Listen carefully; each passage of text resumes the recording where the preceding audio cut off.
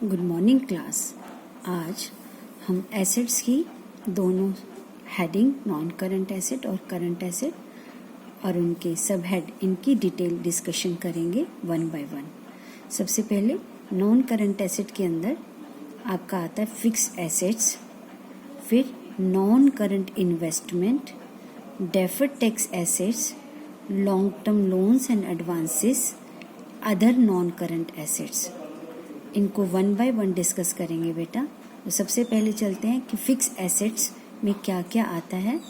Fix assets के भी सब हेड के साथ 4 कैटेगरी हैं: tangible assets, intangible assets, capital work in progress, intangible assets under development. तो इन्हीं को वन बाय वन हम डिटेल में डिस्कस करते हैं बेटा। सबसे पहले नॉन करंट एसेट्स की फिक्स एसेट्स के बारे में, ठीक है। फिक्स एसेट्स की जो सब हेड हैं उसमें आता है आपका tangible assets, intangible assets, capital work in progress and intangible assets under development. Tangible assets कौन सी हैं? The assets which you can see and touch, जो हमारी फिक्स एसेट्स होती हैं। एग्जाम्पल है land, building, machinery, furniture, fixture, computers, vehicles, office equipments, ये सारी हमारी टेंजिबल एसेट्स हैं। ये इनके एग्जाम्पल्स हैं। फिर आता है इनटेंजिबल एसेट्स क्या हैं? जिन्हें हम छू नहीं सकते, देख नहीं सकते, फिजिकली प्रेजेंट नहीं होती है, ठीक है। ये भी इनटेंजिबल एसेट्स भी फिक्स एसेट का ही पार्ट है। इसमें क्या आता है? गुडविल, ब्रांड, ट्रेडमार्क, ठीक है, क्योंकि ये देखिए ये सारी चीज़ें हमारी बिजनेस के प्रॉफिट को बढ़ाती हैं। कंप्यूटर सॉफ्टवेयर, उसके बाद है masters and publishing titles, mining rights, copyrights, patents and other intellectual property rights. ये सारी चीज़ें तो प्रोडक्ट से रिलेटेड हैं। फिर आता है services and operating rights, recipes, फॉर्मूले, models and designs, licence and franchising. ये सारे एग्जाम्पल आपको पता होने चाहिए बेटा, ठीक है। सॉरी आपको देख नहीं पाए, जितने भी एग्जाम्पल मैंने बोले और पढ़े हैं इनको आप अंडरलाइन कर लीजिएगा। ये वो वाले सारे एग्जाम्पल्स हैं जिनके बारे में आपको पता होना चाहिए। तो हमारे टेंजिबल एसेट्स के एग्जाम्पल हैं ये, इनटेंजिबल एसेट्स के एग्जाम्पल हैं ये तीनों लाइनों में, जो आपको पता होने चाहिए।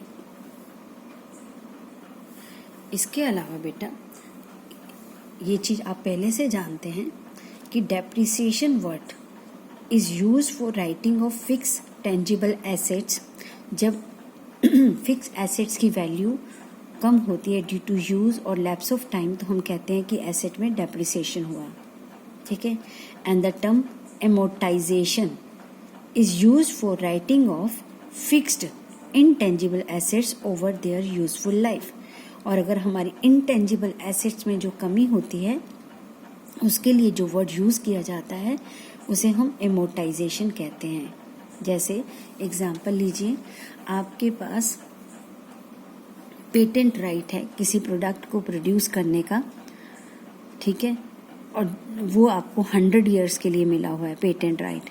जैसे जैसे साल खत्म होते जाएंगे वो राइट कम होता चला जाएगा, तो इसके लिए उतनी वैल्यू उसकी कम होती चली जाएगी। तो जितने से वो वैल्यू कम होगी उसे हम एमोर्टाइजेशन वर्ड के नाम से जानते हैं, ठीक है। ये इसका मीनिंग आपको पता होना चाहिए, 1 मार्क क्वेश्चन में पूछा जा सकता है। हम बेसिकली पढ़ रहे थे फिक्स एसेट के टाइप। फिक्स एसेट 4 तरह की होती है: टेंजिबल, इनटेंजिबल। नेक्स्ट आता है कैपिटल वर्क इन प्रोग्रेस। इसका मतलब है कैपिटल मतलब पूंजी, वर्क इन प्रोग्रेस जो काम में लगी हुई है, means fixed tangible assets under construction. जैसे सपोज आप कोई बिल्डिंग बना रहे हैं, अभी बिल्डिंग में कुछ पैसा लग गया, अभी बिल्डिंग पूरी नहीं बनी, लेकिन कुछ पैसा तो उस बिल्डिंग में लग चुका है, आधी वो बन चुकी है या जितनी भी बन चुकी है, तो वो भी बिजनेस की फिक्स एसेट ही है, लेकिन पूरी नहीं बनी, इसलिए इसको बोलते हैं कैपिटल वर्क इन प्रोग्रेस। ऐसे ही intangible assets under development means जब fix intangible assets like patents, intellectual properties, rights etcetera under development, जब हम इनको लेने के लिए इन इंटेंजिबल एसेट्स के लिए अप्लाई कर रखा है और प्रोसेस में है, कुछ पेमेंट जा चुकी है, कुछ जानी बाकी है, तो ये भी बिजनेस की एसेट हैं, फिक्स एसेट है, लेकिन अभी पूरा राइट नहीं मिला है, मिलना है, प्रोसेस में है, तो इसे बोला जाता है इंटेंजिबल एसेट्स अंडर डेवलपमेंट। और ऐसे ही जो काम अभी पूरा नहीं हुआ, चल रहा है, फिक्स एसेट्स बिल्डिंग फर्नीचर वगैरह के लिए, उसे बोला जाता है कैपिटल वर्क इन प्रोग्रेस। ठीक है, जो टेंजिबल एसेट्स के लिए यूज होता है। क्लियर? तो इस तरह से ये एग्जाम्पल आपको याद रखने हैं सारे। तो ये थे हमारे एग्जाम्पल सिर्फ फिक्स एसेट्स के। हम पढ़ रहे हैं non current asset. Non current asset में सबसे पहला है फिक्स एसेट। अगला टॉपिक है हमारा non current investment. Non current investment क्या होता है? Non current investments are investments which are held not with the purpose to resell but to retain them। जब कोई बिजनेस कहीं पैसा लगाता है, लेकिन उस पैसे जहाँ उसने पैसा इन्वेस्ट किया वो बेचना नहीं है उसको, बल्कि वो उसको इन्वेस्ट करके बिजनेस में ही रखता है, उसे बोलते हैं non current investment. Non current investments are further divided into trade investment and other investment. Non current investment भी दो तरह की हैं, ट्रेड और अदर। अब आता है ट्रेड इन्वेस्टमेंट। ये सारे 1 मार्क क्वेश्चन एग्जाम में आते हैं। ट्रेड इन्वेस्टमेंट क्या है? ट्रेड इन्वेस्टमेंट का मतलब है जब investment made by a company in shares और debentures of another company to promote its own trade and business. जब एक कंपनी किसी दूसरी कंपनी के शेयर्स या डिबेंचर्स खरीदती है या उसमें पैसा लगाती है, किस लिए लगा रही है? ताकि उसकी कंपनी को प्रमोशन मिल सके। ठीक है, उसकी कंपनी जो है प्रमोट करे अपने ट्रेड और बिजनेस को, उसमें इन्वेस्ट करके, तो इसे बोलते हैं trade investment. Other investment are those investment which are not trade investment. जो ट्रेड नहीं है वो नॉट अदर इन्वेस्टमेंट आ गई। तो ये बहुत इम्पॉर्टेंट पार्ट है, इसका यूज़ हमारा कैश फ्लो स्टेटमेंट में भी है, इसलिए इसका बाइफिकेशन आपको याद रखना है। ठीक है, अब इसके अलावा भी और भी कई तरह की नॉन करंट इन्वेस्टमेंट्स आती हैं। अदर इन्वेस्टमेंट्स में क्या क्या आती हैं? सपोज आपकी कंपनी ने कहीं प्रॉपर्टी में पैसा इन्वेस्ट कर रखा है, किसी दूसरी कंपनी के इक्विटी शेयर्स में पैसा लगा रखा है, प्रेफरेंस शेयर्स खरीद रखे हैं, गवर्नमेंट बॉन्ड्स खरीद रखे हैं, डिबेंचर्स और बॉन्ड्स हैं, म्यूचुअल फंड्स में पैसा लगाया, कंपनी ने पैसा इन्वेस्ट किया हुआ है। ठीक है, बट यहाँ इन्वेस्टमेंट अगर उसने अपने बिजनेस की प्रमोशन के लिए किया है तो वो ट्रेड इन्वेस्टमेंट है, अदरवाइज इस पर्पस के लिए नहीं किया तो नॉर्मल अदर इन्वेस्टमेंट कहलाएगी। ठीक है, इन्वेस्टमेंट इन पार्टनरशिप फर्म, किसी पार्टनरशिप फर्म में भी पैसा इन्वेस्ट कर रखा है। अदर नॉन करंट इन्वेस्टमेंट, ठीक है, और भी जितनी भी इन्वेस्टमेंट अदर कोई इसके अलावा भी है जो दूसरे बिजनेस में पैसा लगाया है, जिसके ऊपर हम ये कंपनी इनकम अर्न करती है, तो ये कहलाती है नॉन करंट इन्वेस्टमेंट।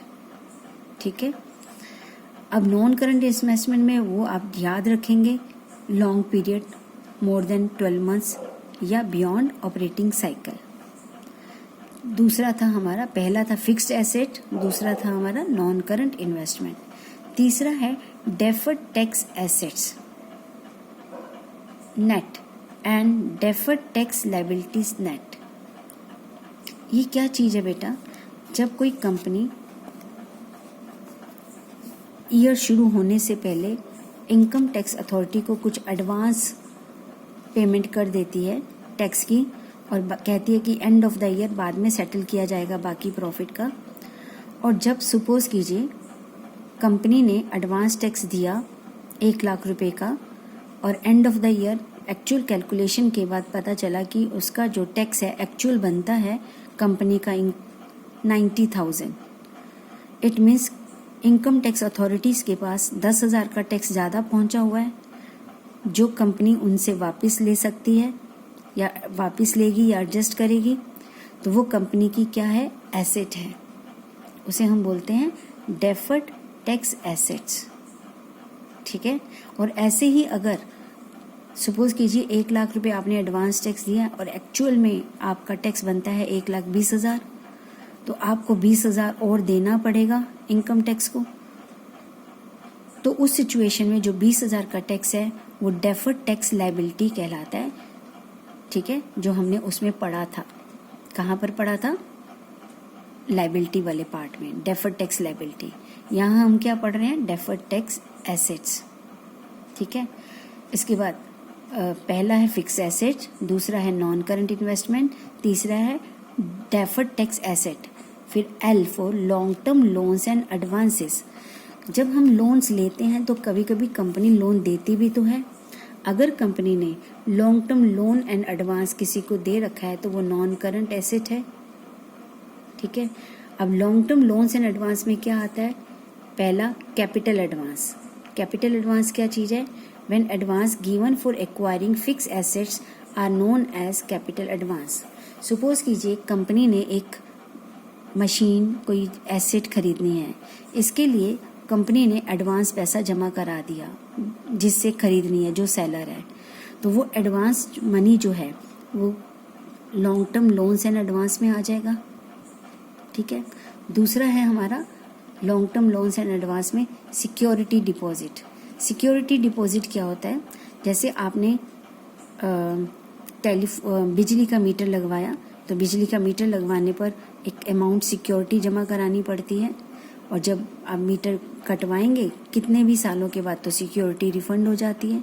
ऐसे ही टेलीफोन लगवाते हैं आप, टेलीफोन लैंडलाइन वगैरह, तो टेलीफोन कनेक्शन लगाने पर भी आपको सिक्योरिटी जमा करानी पड़ती है, और जब आप कटवाते हैं, टेलीफोन सरेंडर कर देते हैं, तो वो सिक्योरिटी वापस मिल जाती है। तो एक तरह से कंपनी का ही पैसा है जो सिक्योरिटी के रूप में जमा है। तो सिक्योरिटी डिपॉजिट में क्या आता है, example of security deposits are security deposit for electricity and telephone etcetera. जब हम इनके कनेक्शन लेते हैं तो हम सिक्योरिटी के रूप में कुछ पैसा जमा कराते हैं।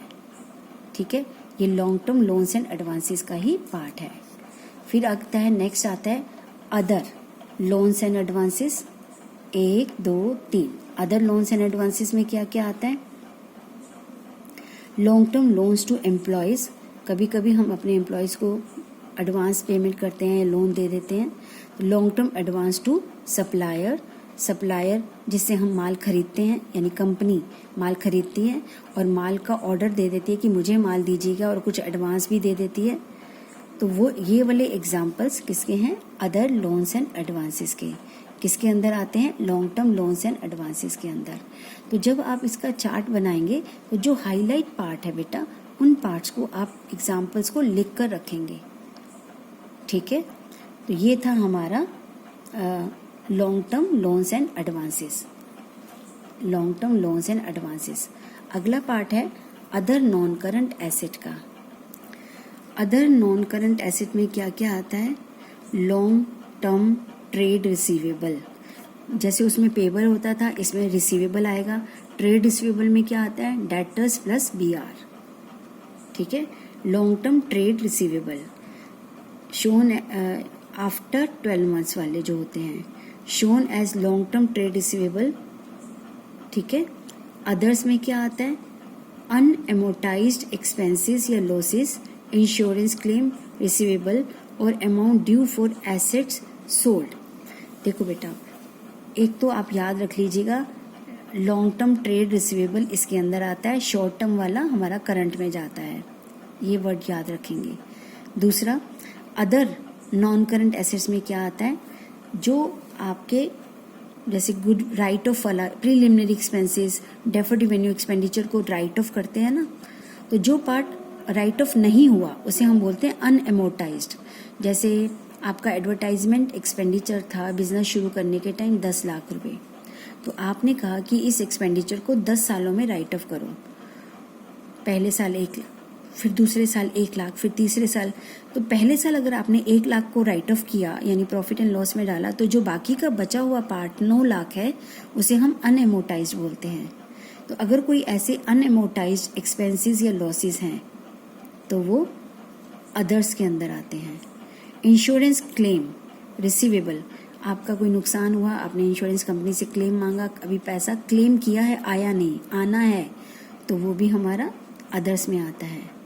और amount due for asset sold, आपने किसी को अपनी एसेट बेच दी लेकिन अभी कैश आया नहीं, आना है, वो भी अदर्स का पार्ट है। सच एसेट्स आर क्लासिफाइड और shown under other non current assets.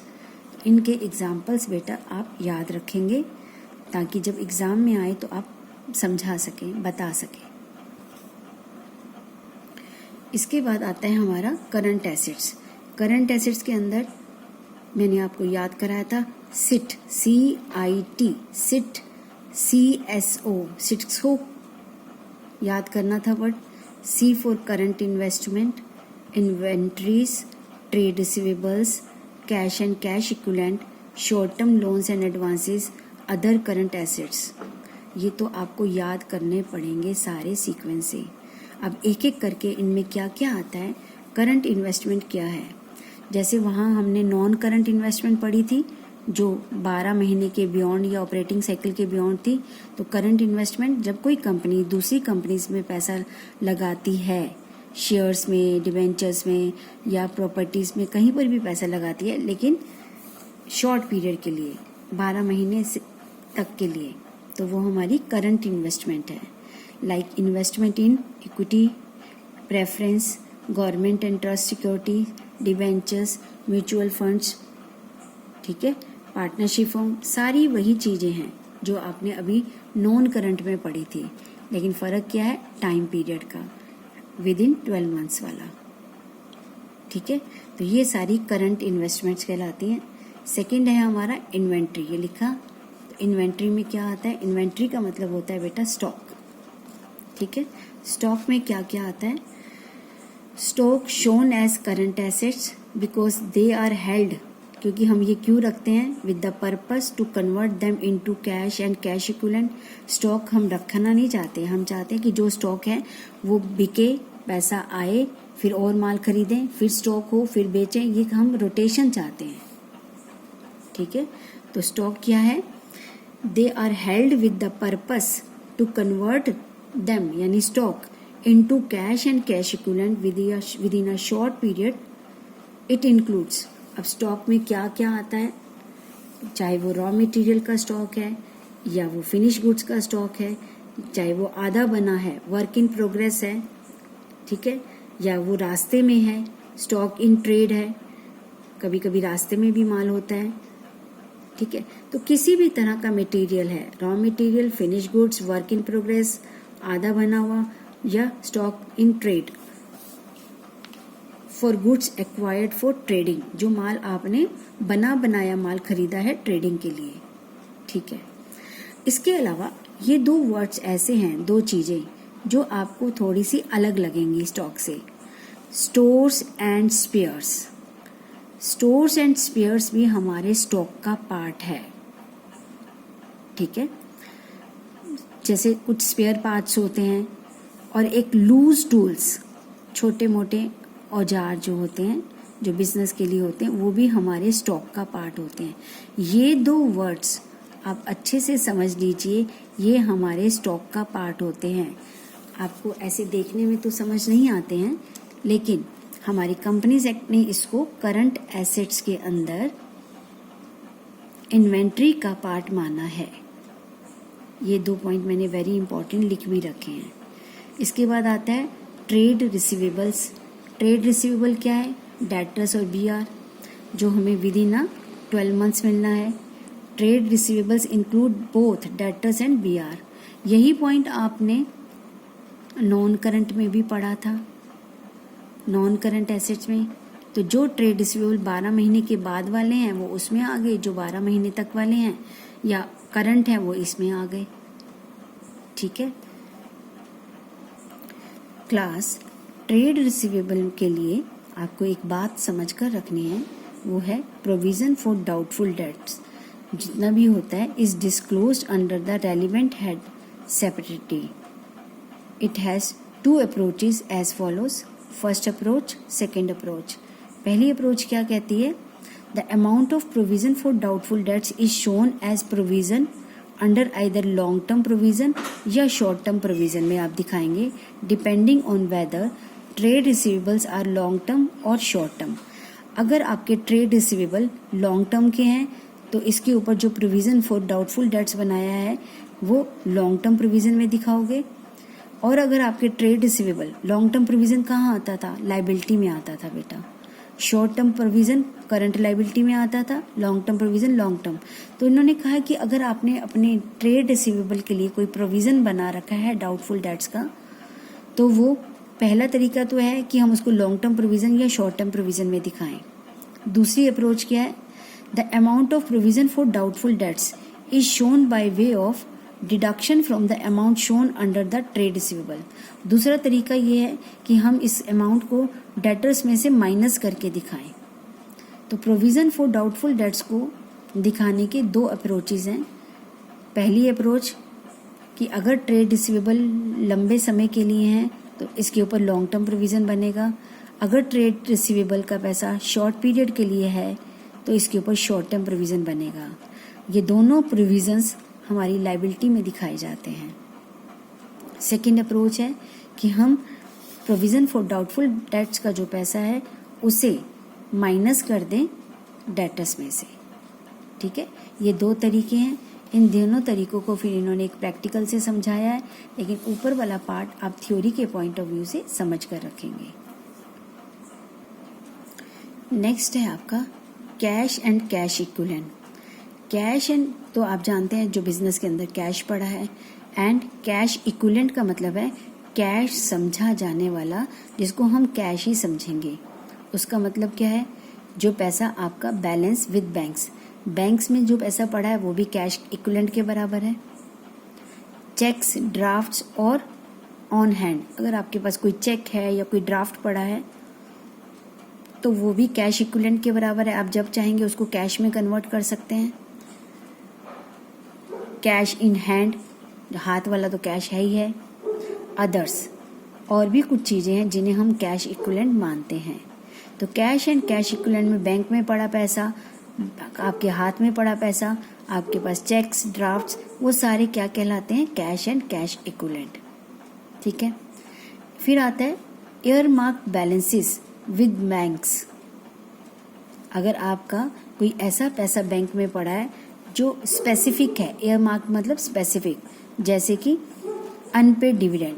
Bank में पैसा पड़ा है एक डिविडेंड का जो अभी पे नहीं किया, लेकिन आपके पास पड़ा तो है कैश के रूप में,